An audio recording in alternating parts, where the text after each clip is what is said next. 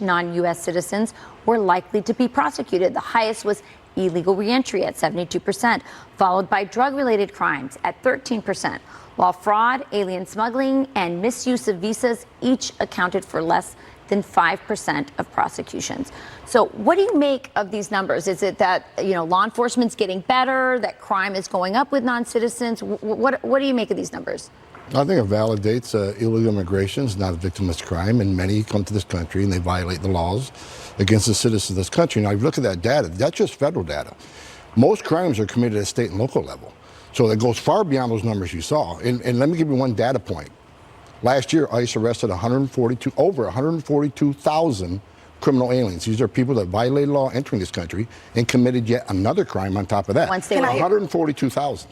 Can I just jump in for a second? I think that it would be really, really, really sad and not fair and unjust if we did not point out explicitly the fact when we listed those five those crimes that they're most likely to commit or that represent the crimes that we're talking about here, none of those are violent crimes. So none of those are violent crimes. I'm not saying they don't commit any violent crimes. I'm just saying I don't want to see this being used as something to say, look at how dangerous immigrants are, when really that's not the case. A study from the Cato Institute in March, it found that illegal immigrants were around half of the native citizens, made up about half the committing the incarcerated. Excuse me.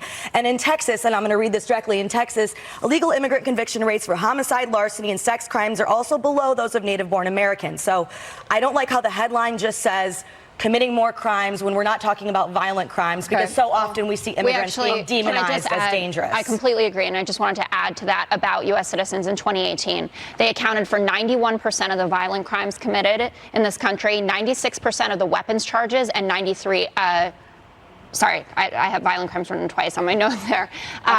And you need to also acknowledge that immigration offenses are up 440% over the last 20 years, and that's due to the issues in Central America. Well, there's an interesting thing. I mean, one way to bring these numbers down is to do what Democrats want, which is to actually decriminalize illegal entry into the country. Is that something that you agree with? No, I don't agree with that. I don't think that will be in the platform. A few of the candidates do feel that way. Joe Biden, who's in the lead, does not feel that way. But I think that we need to be very clear when we talk about violating the law, when these are people who are asylum seekers, which is their legal right to do that, that is not fair to lump it in the conversation. If I can, first of all, no one on this couch is going to educate me on illegal alien crime. The Cato study is a flawed study. It's not based on crime data, it's based on surveys.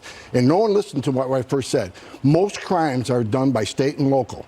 There are state and local charges, which many are violent. But you can't get crime data on that because it doesn't exist, because most state and local law enforcement don't track those crimes are illegally here and not here. 142,000 is a real number.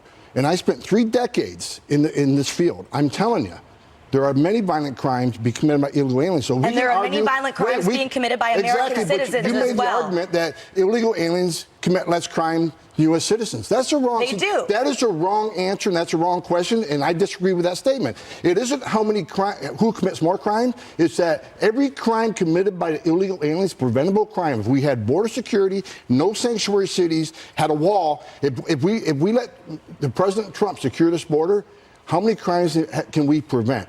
I'm all about securing the border. I'm all about that. Okay. However, I don't think it's fair to demonize an entire group of people as being violent and dangerous. I don't think Tom is demonizing. I did not say he was. I absolutely did not say he was. But definitely you see people doing that all the time. If you look at Twitter, if you look at anything like that, people... Can't look at Twitter. It's very, very dangerous to try and paint with a broad brush. And I think we really need to distinguish between crime, which just can include illegal entry, or drug crimes, which I could care less if anyone does drugs, and I don't think anyone should care if anyone does drugs, versus violence. If you had a child who was, on fentanyl, I certainly don't want people's kids to die from fentanyl, but I don't think that the government, the drug wars hasn't really worked out so well as we've been trying it. So I don't know if making something illegal is always going to stop it from happening. Violation of immigration crime is a crime. It was enacted by Congress, so you just can't take, well, they're immigration crimes, doesn't matter. It does matter.